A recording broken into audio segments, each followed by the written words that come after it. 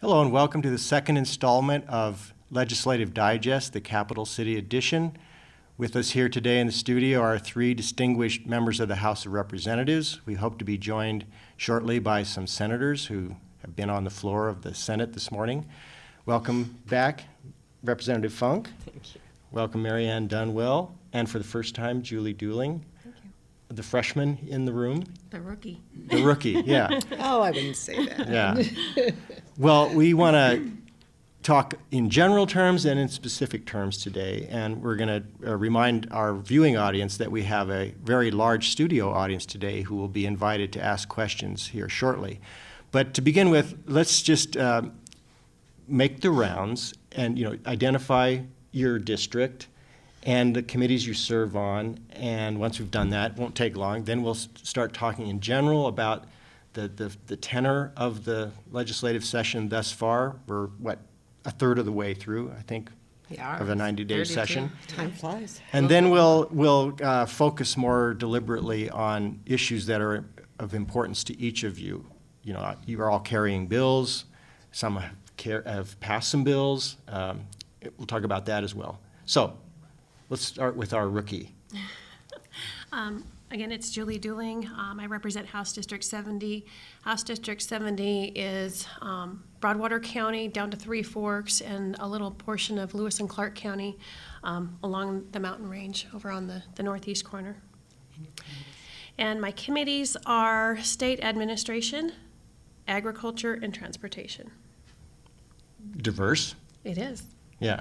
It's challenging to be a legislator for the first time, is it not? It is. It is. I had requested to be on the Agricultural Committee, which is a huge base for my House district. Yeah. Transportation, I didn't really know a whole lot about it, but it's been very informative. I'm learning really, really fast. And state admin, I have a little bit of experience in the different things that we deal with, and so I've been able to pull on my knowledge and then learn from the others in the room as well. Yeah, it's wonderful education. As a viewer, observer of the legislature for years, it's a learning environment. It looks like you're in school. And sometimes in the House, it looks like you're in school. But let's not go there. You're not saying we come off as school children, do we? It feels like that because I'll be running to committee and I'll mention to somebody, oh, I'm late for class. And I'm like, no, not class, it's committee. Yeah, maybe there should be bells in the Capitol. Okay. Representative Dunwell. Well, thank you, Stephen and Julie and Mafi and all of the wonderful people in the audience and your staff for giving us this opportunity to talk to the public and update them on what's going on under the big dome in Helena. I am Representative Mary Ann Dunwell. I represent House District 84, which is the eastern part of Helena and all of East Helena and a little bit beyond. Julie and my district touch one another. This is my third term in the legislature as a House representative. I serve on House Taxation, House Human Services. I co-chair Legislative Administration, and we all do lots of things in between. So that's who I am. Okay. I'm Mafi Funk, House District 82, which is where we are right now.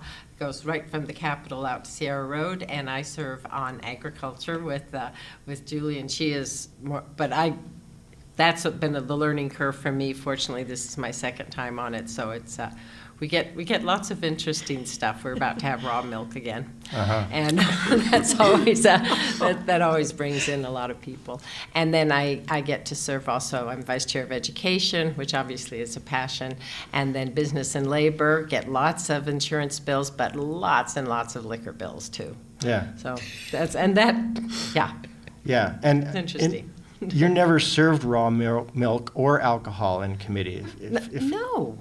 That's sort of a disappointment, The latter. Yeah.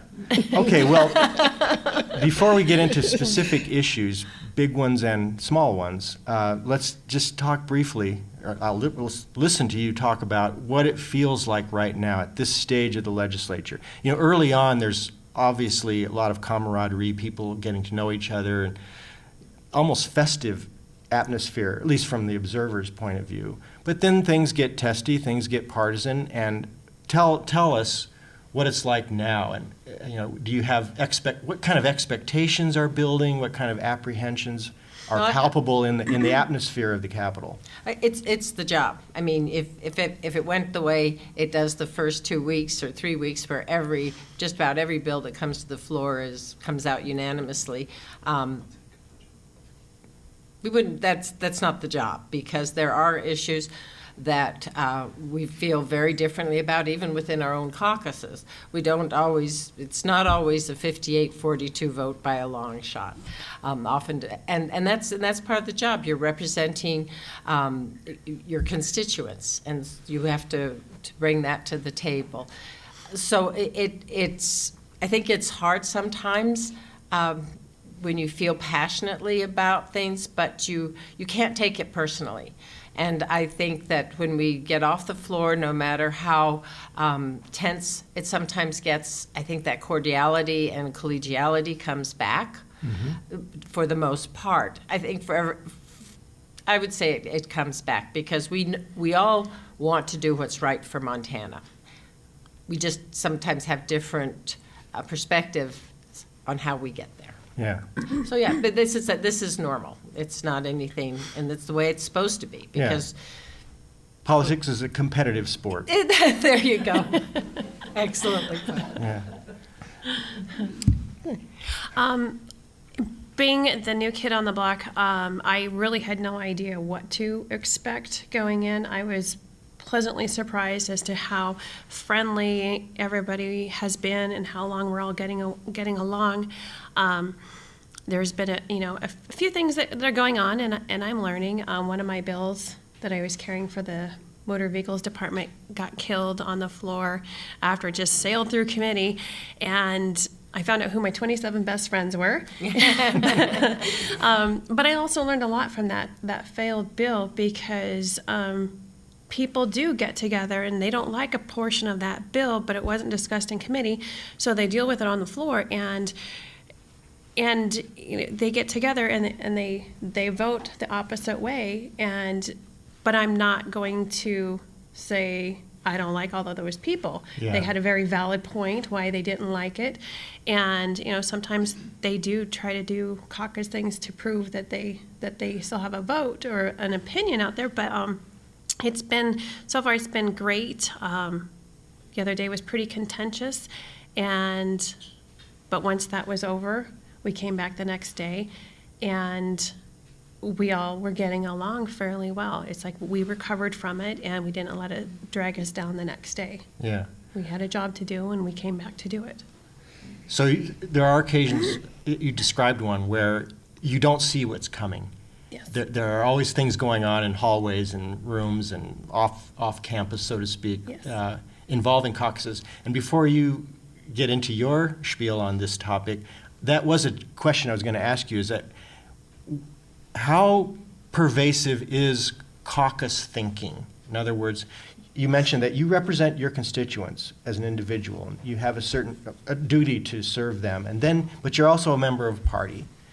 And what's not apparent to the observer, the citizen observer, is just how significant caucus thinking and behavior is. Well, I just wanted, because it was a very wise piece of advice that was given to me by a longtime legislator, my first session. He said, you vote your conscience, then your constituents, and then your caucus. Mm-hmm. And I think that's how most of us look at it, because there are caucuses within caucuses. And that sometimes is I think what you're referring to. Yeah, as being in the minority, I'm very used to having my bills killed. So that's just the way it is. And I think having the camaraderie within your own caucus and on the other side, both sides of the aisle. Yeah. I had an issue the other day where it was apparent that there was another issue with one of the bills I was carrying, and because of the friendships I've developed through committee and just trying to make sure I know who people are and I know their first name, they came up and said, this is going to be an issue, be prepared. And so I was able to prepare, and not that it went 100% my way, but Yeah. At least, You were allowed to see what's coming. yeah, and Yeah. I would do that for somebody else. If I saw something that was brewing, I owe that friend the common courtesy to let them know. And we're Representative getting into the time where everything is so hectic. You make a note, I need to tell that person I'm going to be changing my vote, or I need to tell that person I'm going to move to table. And generally, we do. Sometimes, though, we are blindsided. And it's nobody's fault and nobody's intention. We're all human beings. We're all neighbors. We're all trying to do the best we can. And, we say, I'm sorry. I should have told you. Or I'm sorry, I said something that, given that I'm passionate about this issue, I shouldn't have said, and I was wrong. Forgive me. And I think that's what keeps us going, that we may differ on policy, and we sure do. I can tell you in house taxation, we really do differ on the philosophy behind taxation, and I get that. Yesterday, actually, the chair came and apologized to me because I hadn't been informed that the Republican caucus, I'm a Democrat, the Republican caucus was going to move a do not pass, which is a move that, unlike tabling, where a bill can still be in play and always be taken off the table and reconsidered, a do not pass pretty much kills it. It's the ultimate rejection. You cannot blast it from the House floor, which is with a certain number of votes, you can just circumvent the committee and hear it on the floor. But Mary, doesn't it has to go to the floor with a do not pass recommendation? Well, we can't blast, we can't do anything right now. But it goes to the floor. Yeah, with do not pass on it. Mafi, that's a very good point. It was read across the rostrum yesterday. Done well. HB 194, do not pass. And that was, a bill to tax tourists a little bit more. They get off really easily when they come to Montana, enjoy our amenities, and use our public services like roads and bridges and health departments and parks. And so what this would have done was nudge up the car rental and the lodging taxation. It would have also mitigated those few of us that do stay in hotels. It's literally 1% for those of us who rent cars who are Montana residents, and 20% those of us who maybe traveled for our child's soccer game and stay in a Best Western or something, whatever, and pay that. So there's a state income tax that would make that kind of pretty much a wash. You'd get a refundable tax credit for that. But I don't just bring these to tax people more. I do believe tourists should be paying a little bit more. Simply, we don't have a general statewide sales tax, and they land in Helena and I just paid $1 for this cup of coffee, not $1.06 or whatever. Yeah. But we experienced over the past biennium severe cuts to our human services programs.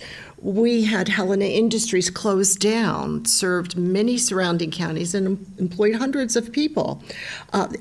And we lost targeted case management for mental health. And, we're just rebuilding that system that was really pulled apart by those cuts in funding. So I'm just trying to make sure that we have adequate public dollars to serve people appropriately, as government. Right.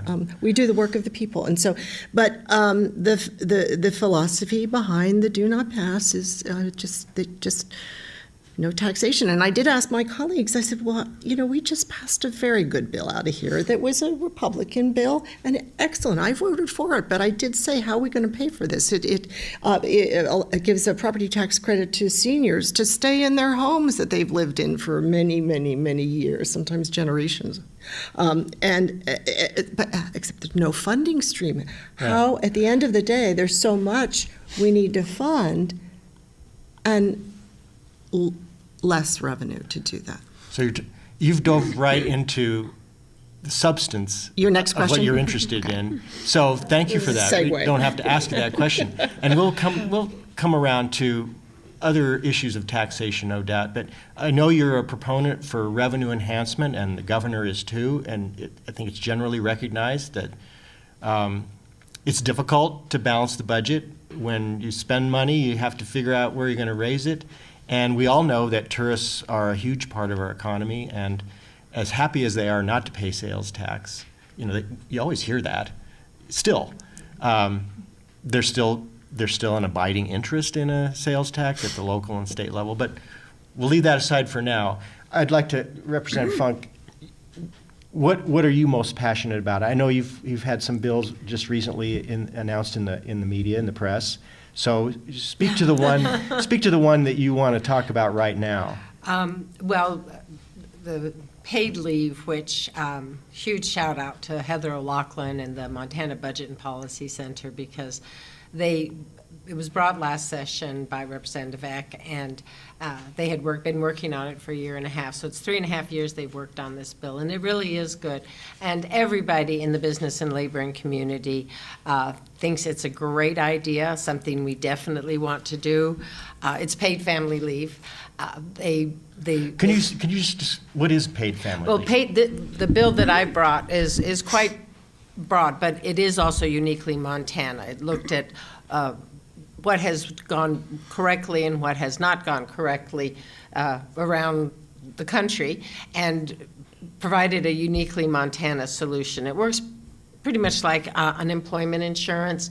The employee and the employer each put in a modest, it really is a modest amount. It can't be over 1% of the salary, but it usually ends up being about 0.5%. So $4, $5, $6 a month put in by the employer, and $4, $5, $6, the equal amount put in by the employee. And so that this is a fund that can be accessed if you have a baby. I mean, everybody always thinks of paid family leave as maternity, paternity leave, and that is a large part of it. But it's also, we heard from so many people, an older family member, a parent that needs help, and we were, you didn't have to take a week or 2 weeks or 3 weeks or 4 weeks. You could say, all right, I have care for my mother 4 days a week, but on Wednesdays I can't get anybody to come in, so I'm going to have to take every Wednesday off. And then you can use paid family leave for that. I mean, a lot of people are lucky. They have in their contracts that they can use sick leave or have unpaid leave, but that just doesn't cover the majority, and it doesn't really help. I mean, you take a hit when you take unpaid leave. I know many of my colleagues who, they saved their sick leave when they were going to be having a baby, and then they took 2 months of unpaid leave, and it's tough. I mean, it really hurts. Would this apply to state employees and other folks as well? Yes, it does. You have to coordinate sick leave, and that's up to the employer, and also any groups that have negotiated contracts through their unions, which that's where you can have some of the more flexible ways to take leave, but this would help paid leave. So you have to coordinate those things. So, but yes, and that's so that it does take, the state would every year take about $1 million to fund their part of the paid family leave for state employees, which is a drop in the bucket. Yeah, $1 million here, $1 million there. Yeah, exactly. What's the status of your bill It's today? dead. Oh.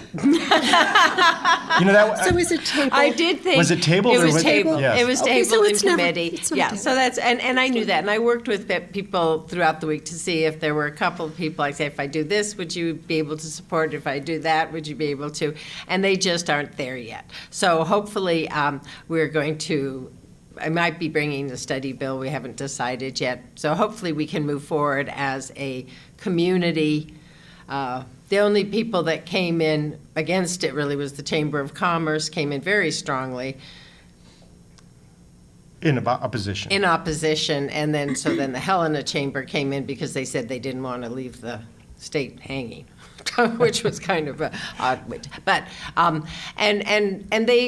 we need to get everybody on board. I mean, you're always going to have somebody that's in opposition, but I did not bring any amendments to either scale back the amount of time our bill had. You could take up to about 3 months. I didn't, but scaling that back or scaling back the people who would qualify as family. Families are changing. I mean, Yeah. the definition of family, who counts as family, who we take care of is changing. So we had a very broad definition. None of those were enough to get the support I needed. But I'm hopeful because I don't think we want to be the last state to enact paid family leave. Right, I was going to say, this is a movement that's It growing. is a movement for so many organic reasons. As you say, an aging society, people having children. Helena City Commission passed it. Yeah. It is doable.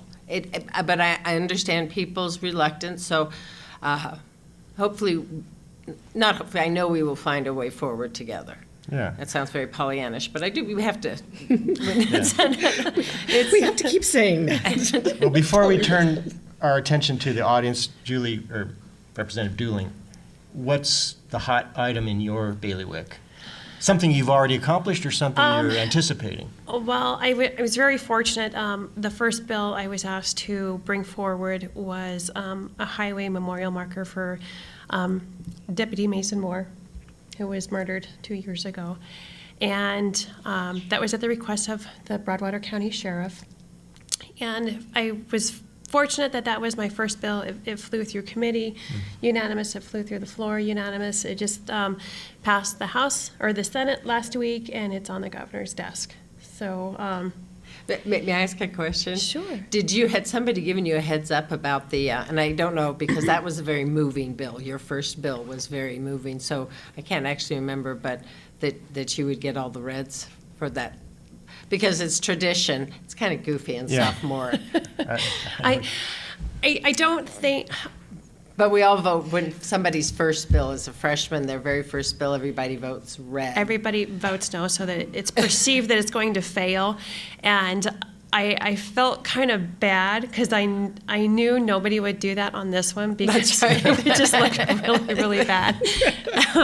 And so my second bill, which came on the floor, which failed miserably, had all those reds on the board. I'm like, okay, they're getting me back now. But no, It can only be the first none of the, one. none of the That's right. reds changed. Yeah.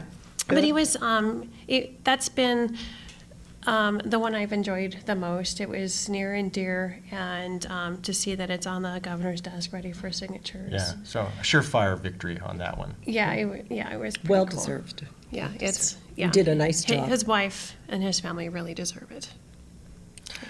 Well, I think it's time to get some questions from the audience, and in a few minutes' time, let's They're here. let's take hear a what very, happened about the crossbow. yeah, let's just take a very short breather here so we can fix the tape after the fact. But let's pause, and before we go to questions, and invite Senator Cohen to the table.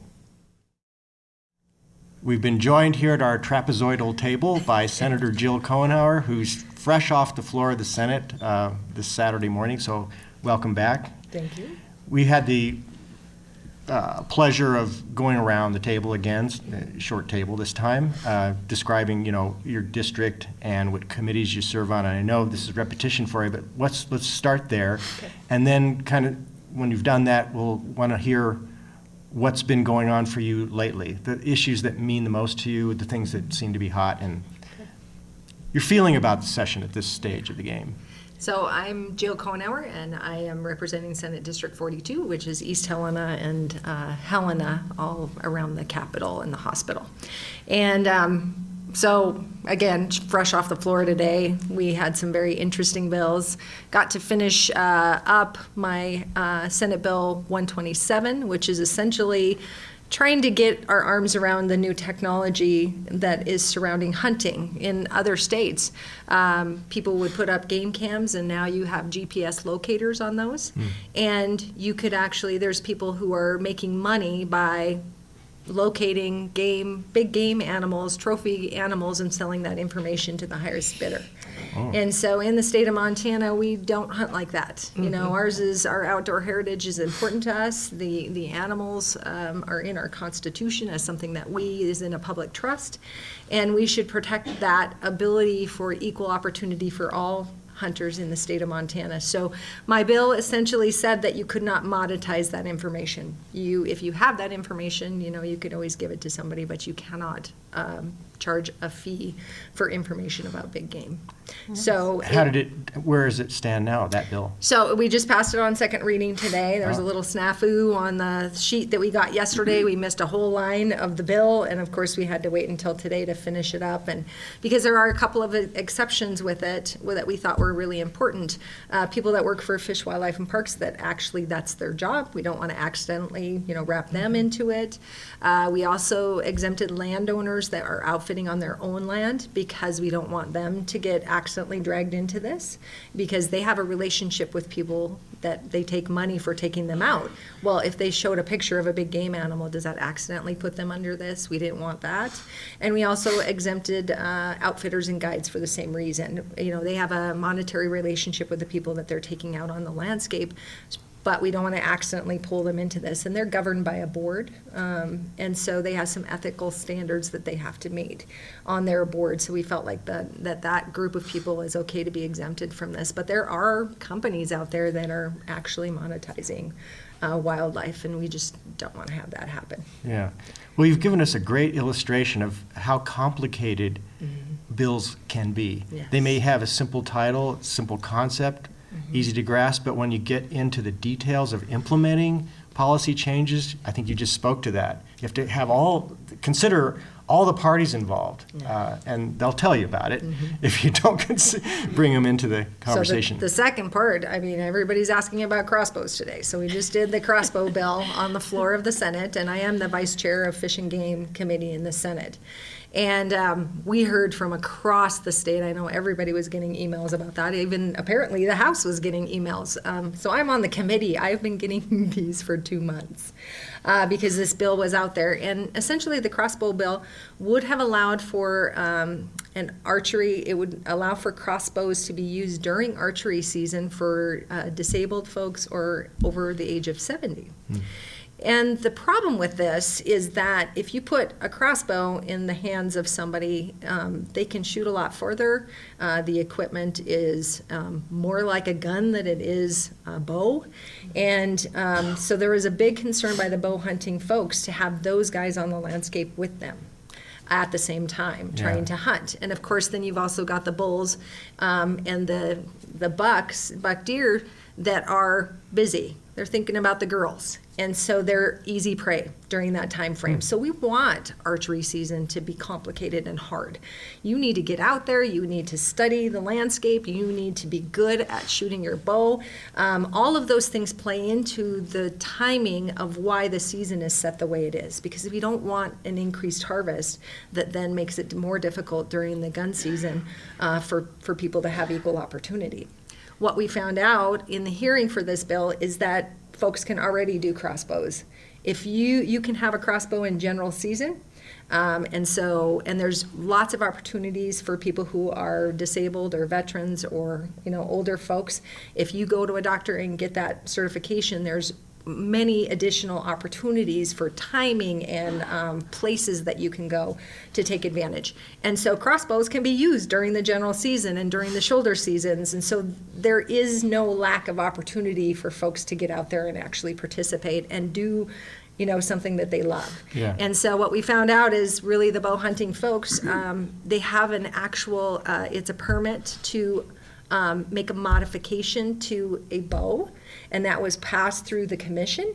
And so even then, they could go out in archery season with this permit and a modification to a bow. And I was able to see some great video of a gentleman that was a veteran that did not have an arm, and he was able to pull his bow back with his mouth because of the technology that was added to his bow. And he actually shot twice and ended up getting a buck deer that you can see it on the video. It's fantastic. But so with all of those things kind of put together, you can see that there's really not a limited opportunity for folks to participate fully in the things that they love to do. And so today, we made that case on the floor of the Senate, and the bill did go down on a 15 to 35. So Wow. you prevailed. Yes. Yeah, and we were talking earlier before you arrived about, it's hard to predict what subject matter in the form of bills will rouse people to spirited debate. I mean, there's big questions all the time. We haven't even talked about Medicaid expansion today yet. Maybe No, that's not. maybe our audience might spark some questions in We have that a date arena. for But you. crossbow hunting, who knew that it was as complicated and what the current policy was. So unless there's another burning issue in your mind, looking forward, I think it's time to invite our large studio audience to take an opportunity to ask any question of any one of these distinguished legislators from the Helena area. Good morning. Thank you so much for being here. It is a treat to be able to listen directly to those who are representing us. My name is Ann Wakeman, and I live here in Helena. I have a long-standing passion about making sure folks in need are cared for.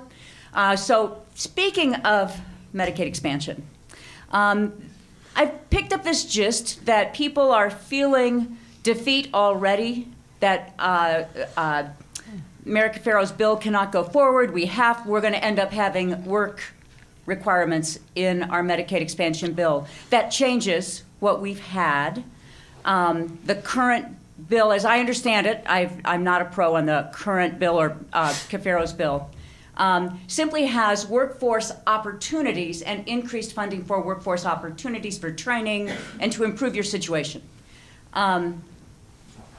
Know that I ran the local food bank and pantry for years, and I repeatedly would be asked, there's people coming that don't really need it. And I would go out in the parking lot after somebody left and find out why they came in that day, and then we started tracking data. People had a good reason. These are Montanans we're talking about. They work hard. They want their lives to be better for themselves, their children, their parents. Can you talk about why is it that a work requirement seems to be important to so many people in our current legislature? Is there a hope that we can get people medical coverage without that? Far away. Well, thank you, Ann. That's a wonderful question. And I do sit on the House Human Services Committee, and we've been notified that there's going to be a Medicaid expansion hearing day, Saturday, March 16th. So you might want to calendar that. We're going to hear Representative Cafero's bill, and then Representative Buttry's bill, which would be the Republican version. I do not believe that has been introduced at this point. That's correct. However, we have calendared that. We've reserved a large hearing room in the Capitol, the old Supreme Court Chambers, room 303.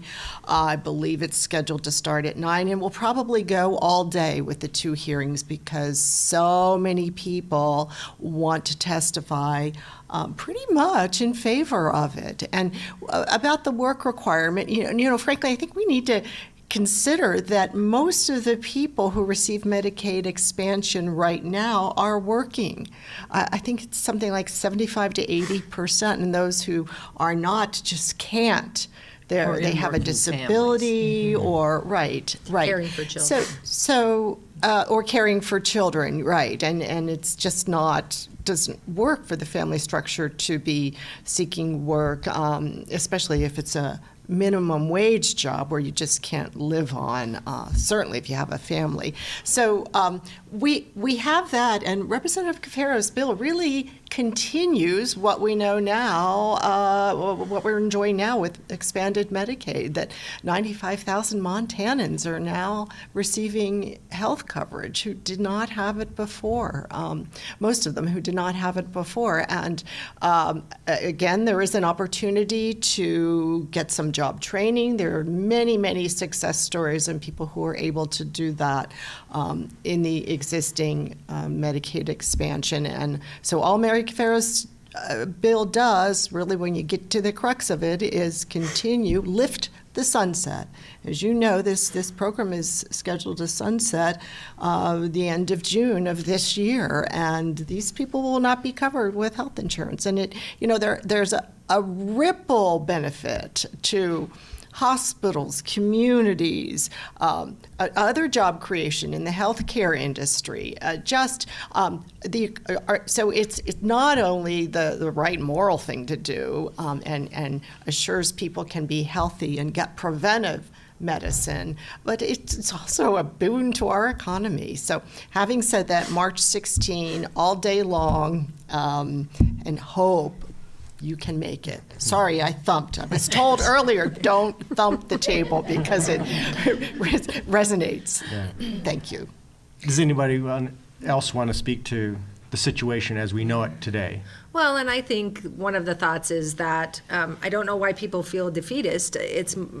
We still have a lot of the legislature to get through, and this particular bill is one that has a longer time frame in the legislative process than some. So coming up to the midway of the legislature, I'm hoping that's not why people think that we might be at the end or that we're going to be rushed or anything.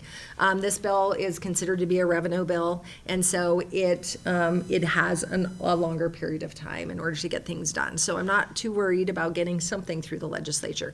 I am concerned about this deal about the work requirements. What they've found in other states when they put exceptional work requirements is that many more people dropped off the rolls and didn't have coverage anymore. And that the cost of actually implementing that hurt the entire system, that they weren't getting what they needed out of those numbers by getting people to drop off. All you did was basically go back in the hospital and in the emergency rooms and shift that cost back to people with insurance or back on the backs of the hospitals and the local care facilities. One thing we know about this is that it is keeping our rural hospitals afloat. The necessity to have healthcare access in rural Montana is really predicated on this. We heard from many, many of those rural hospitals that if this didn't even pass the last time out, that they would probably have to close their doors because they did not have the ability to provide services without having the people that would come into there in for service. And if all of those services are for free or can't be covered with state support, then they're going to close their doors. And if we start closing rural Montana access, you're going to have more emergencies. People have to travel further. They aren't at their jobs. The effect of this is so incredibly global to our rural cities in Montana that I don't understand why we would put any kind of a limitation on folks. I loved the fact that Montana put in the assisted training and the training of folks, because that gives them that leg up. They can access it, they can ask for that. It's offered to them, and then they are given the resources to actually take advantage of it and get job training to improve their skills and maybe get a better job and to move up the ranks and maybe get out of poverty, because these folks are in poverty. And that's that they are in poverty, and I think that's one aspect that doesn't get as much press or play, but the idea that assets would be look there, the asset test, ASSET, not ACID, but these people are in poverty, and I just think of the agency red tape and the increased number of people who would be wasting their times making sure nobody had assets that they could access. And it's sort of like some of our older people that they have to sell their homes and pay down everything before they can get any kind of help. And that's a system that I don't think lifts any of us. So Yeah. anyway, that's the That assets. was raised last time we had this Yeah. conversation about people in rural Montana. They may have land, but Yeah. they're cash poor and no income. Excellent, yeah. Now, we've had one question, unless you want to, you can address this in your own fashion, or we can move to yet another question. We've only had one question thus far, but you haven't spoken to this matter, so it's up to you. I'm excited to see what Representative Buttrey's bill has in it. It's been a work in progress for a long time before this session started, and it has been continuing and continuing, and it should roll out here the next week or so, is what I've been told. Medicaid expansion, I know a lot of people are against all the sideboards that want to be put on it, but the constituents in my district, and my district's not an overly rich district, they voted against the I-185, they voted against their local hospital levy, and they voted against the 6 mil levy. They're tired of being taxed. So we as representatives need to understand what these mean to our people. So when my community votes against I-185, are they against the tax? Or are they against Medicaid expansion?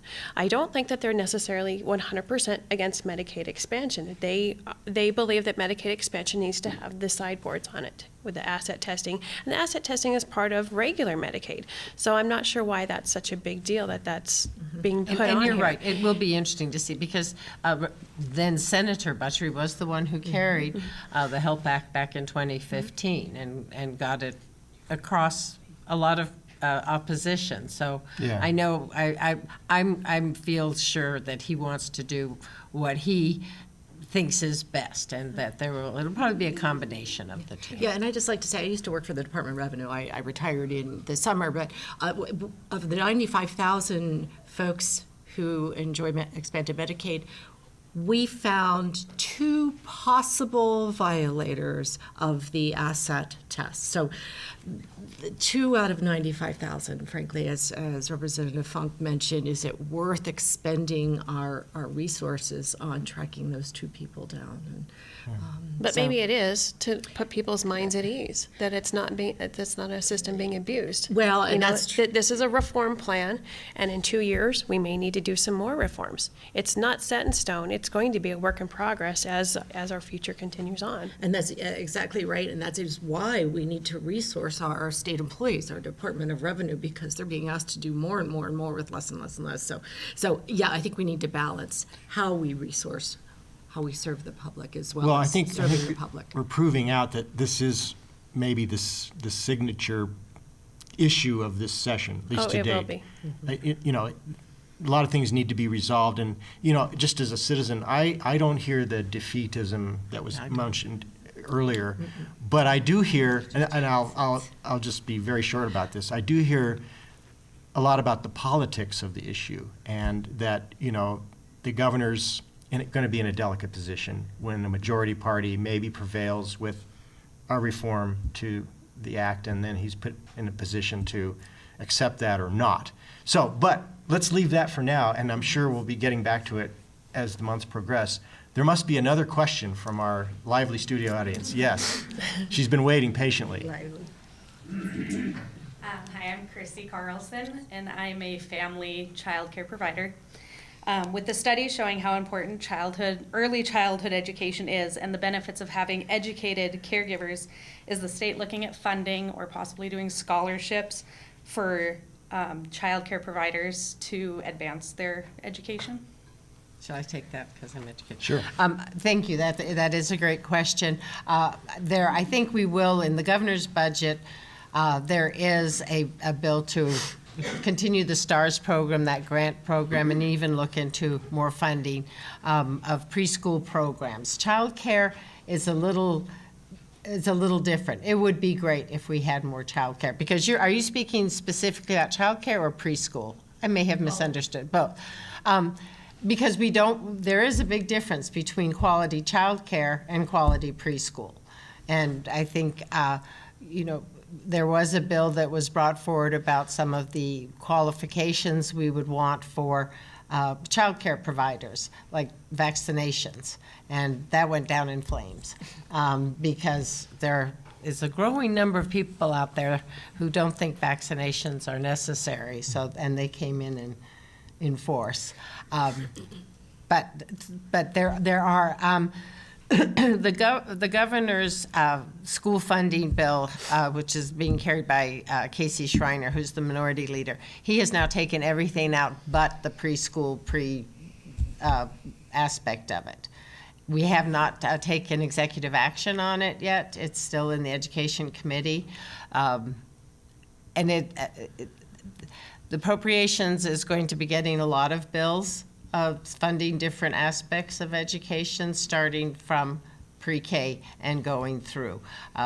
My special education fund, did I mention mine go down in flames? But anyway, it got tabled in the...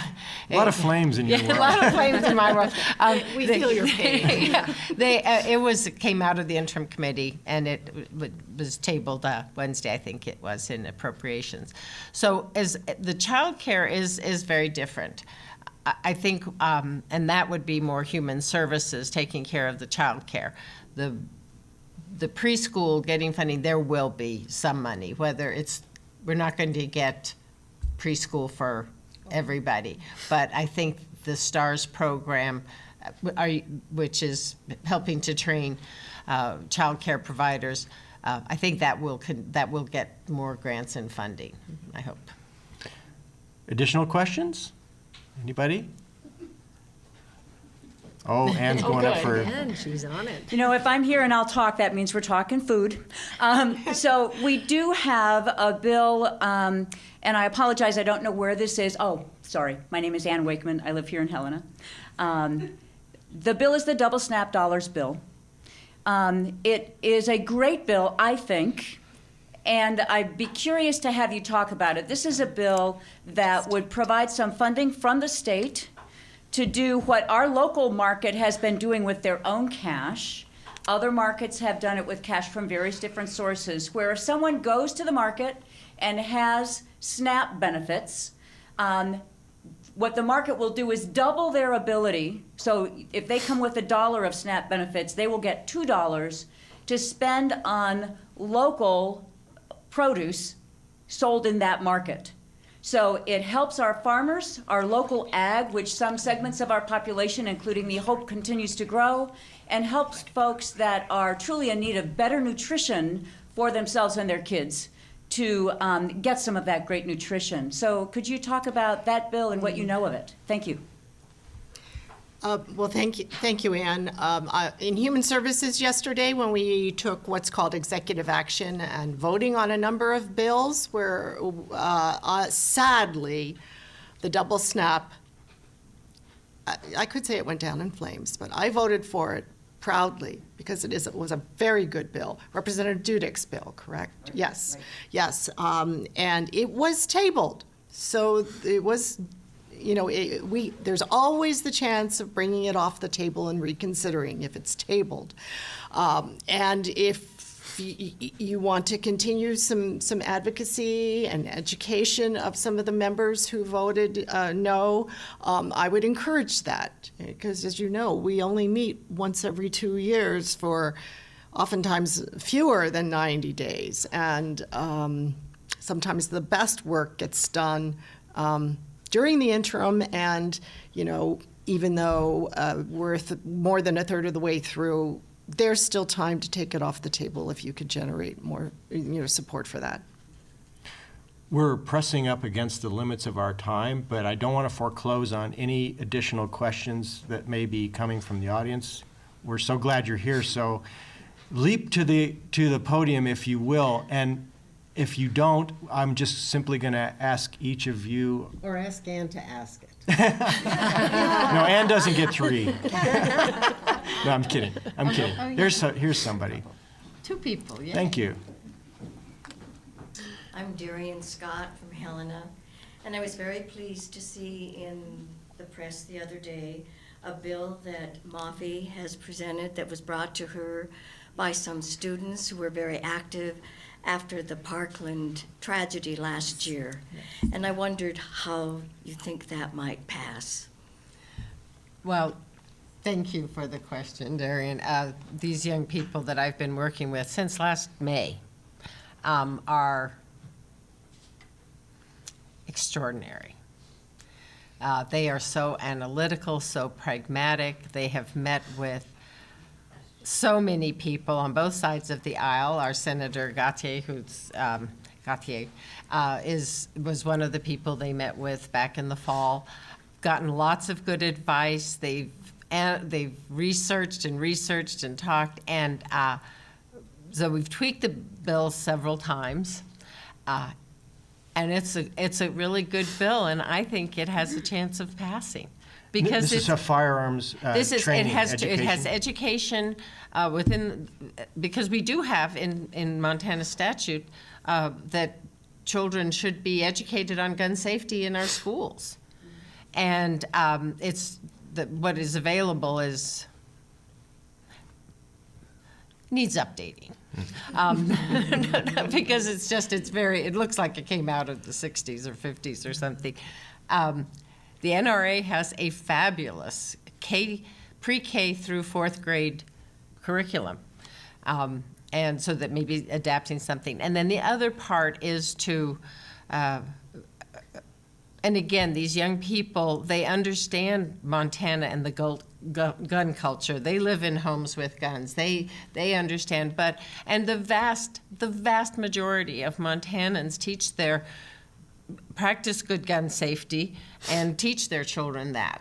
And so this is just to make them think that little extra part, well, okay, my kids know how to be around guns, but what if they invite a friend over who doesn't? And so just to have that extra little bit. And both parts really are about education. And if you see these young people, wow, there's hope. I know of several of those individuals, and they're remarkably articulate for being so young. It's very impressive. There must be something good going on in our school system and in families, parents, because they're very impressive. Do we have another question? Just one? Go right ahead. Hi, my name is Ashley Callison, and I'm here today from Child Care Connections, and I brought my class full of preschool educators here, and one of my students has a question, and she is curious about Senate Bill 140, which is regards to testing students for dyslexia before second grade or sometime around then. It's something near and dear to our heart, and she's asking whether or not you guys support that bill.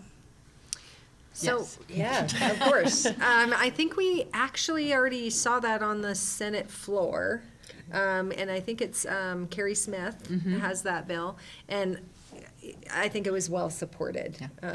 Because we all get that is a necessary starting point for children within our school system. If that's not diagnosed when they're young, then they just end up losing through time. So it was well supported in the Senate. And I have to say, just huge shout out, because this is truly the result of a grassroots effort.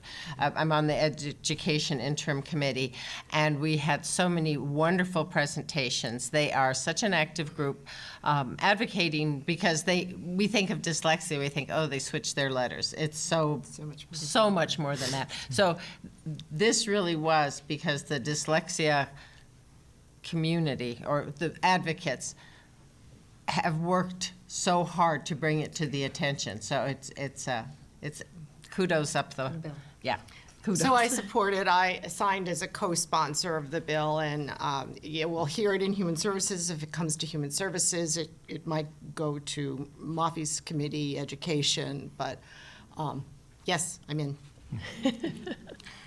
Well, we have exhausted our time, but I would like to give each of you a minute. We'll start with you, Representative Dooley, just to give your closing remarks. You're not speaking to a bill per se, but anything you'd like to add at this juncture of the legislative session before we get together again in later part of March. Well, I've been very impressed with how things are run up at the Capitol. The staff has been fabulous. as a person who's very independent and likes to do stuff my own way and figure things out, I've probably asked more questions in the last 2 months than I've ever asked in the last 10 years.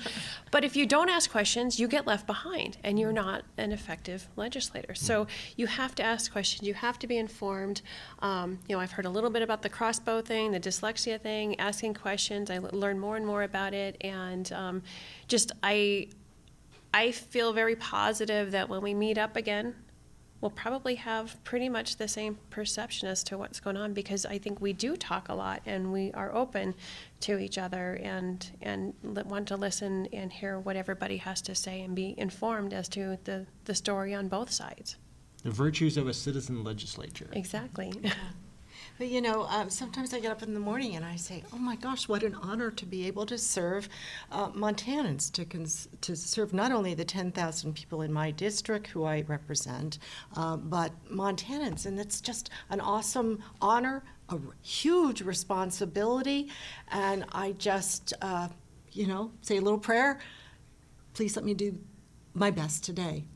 For the people of Montana. And, yes, it involves asking questions, because I look at that as a responsibility to understand what I'm voting on.